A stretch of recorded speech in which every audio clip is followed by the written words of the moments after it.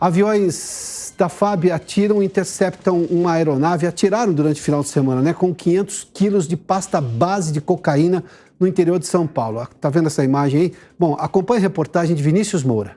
O avião de pequeno porte entrou no espaço aéreo brasileiro sem autorização. 2 aviões Super Tucanos da FAB abordaram a aeronave e ordenaram o pouso imediato no Mato Grosso do Sul. Sem resposta, um tiro de aviso foi disparado. Após novo alerta, os pilotos da FAB foram obrigados a atirar contra o avião. A aeronave fez então um pouso forçado entre as cidades paulistas de Jales e Ponta Linda. Os 2 ocupantes fugiram antes da chegada dos policiais. Cerca de 500 quilos de pasta base de cocaína foram encontrados no avião. O caso será investigado pela Polícia Federal.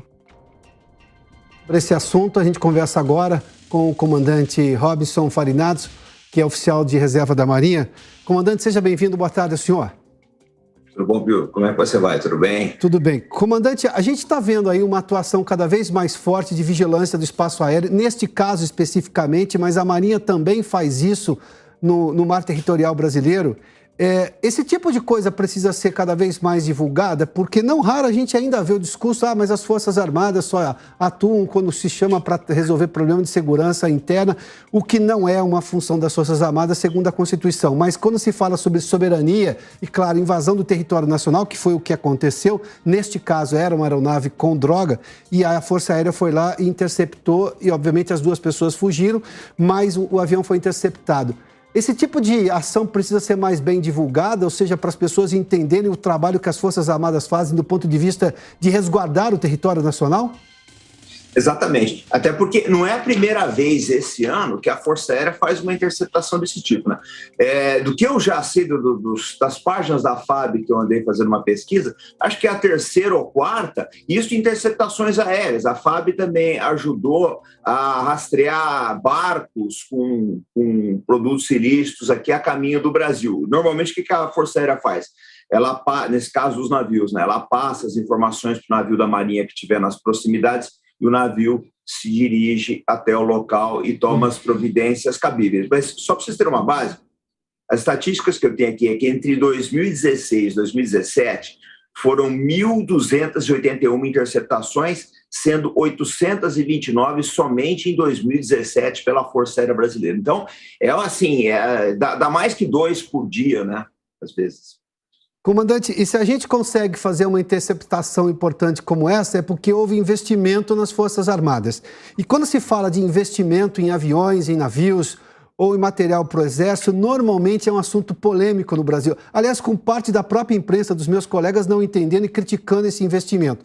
Agora, quando me lembro da época do Civan também, de se ter o sistema de vigilância da Amazônia, o mundo inteiro está de olho na Amazônia e o Brasil tinha um problema de vigilância. Aperfeiçoou-se isso. Há todo um investimento com aviões novos agora, inclusive com essa frota nova de caças supersônicos, mas nós estamos falando de Tucanos fabricados aqui no Brasil, seja pela Embraer, que para esse tipo de vigilância talvez seja o avião mais sofisticado que tem, porque ele vai na mesma velocidade desse tipo de avião que faz tráfico de droga. Ou mesmo do mar territorial brasileiro, com investimentos melhores nos navios da Marinha. É por isso que, por não se divulgar muito essas ações, que talvez as pessoas ainda tenham restrição a investimento em Força Armada, ou o senhor acha que é uma outra razão? Não, na verdade é uma conjunção de razões, né? O que nós temos que olhar é o seguinte: o que impressiona bastante a sociedade são as imagens da interceptação, né? A aeronave vem, faz o tiro de aviso ou o tiro de detenção, etc. As pessoas gostam muito dessas imagens.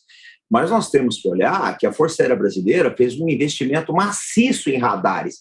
E se não fosse esse investimento, né, de uma ampla gama de radares cobrindo boa parte do território nacional, você não conseguiria chegar nessa expertise, chegar nessa capacidade.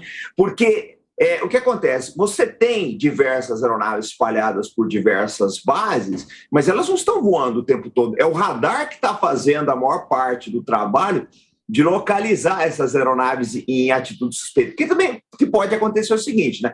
Você faz uma interceptação, nem sempre a aeronave está no ilícito. Às vezes foi uma aeronave que violou uma regra de tráfego aéreo, ou teve um problema eletrônico ou mecânico qualquer, enfim. Mas isso precisa ser investigado. Então as pessoas não veem todo o investimento que houve por trás disso. Eu costumo dizer o seguinte, que em termos de Forças Armadas, é que nem médico. Você só vai valorizar quando você tiver um problema. Só dá valor no teu plano de saúde ou no teu médico de família quando você tem uma doença, né? Então, a gente pega, por exemplo, o caso agora da Ucrânia, né? A Ucrânia, eles estão se arrependendo bastante de ter negligenciado a indústria bélica, de não ter investido tanto em Forças Armadas. Agora que apareceu a emergência, eles estão sentindo isso. O Brasil é a mesma coisa. Mas eu acho que está melhorando bastante, a sociedade está se conscientizando mais. Comandante, muitíssimo obrigado pelos esclarecimentos aqui, pela entrevista ao Prós e Contras. Boa tarde ao senhor, hein? Boa tarde, um abraço para vocês aí. Até mais. Muito obrigado, comandante Robson Farinazzo, oficial da Reserva da Marinha, nos trazendo justamente o seu ponto de vista desta interceptação que a Força Aérea Brasileira fez com aviões tucanos de um avião irregular que adentrou o espaço aéreo brasileiro e estava trazendo ali 500 quilos de pasta base para cocaína, ou seja, de droga para o país. Foi interceptado pelas forças militares do Brasil.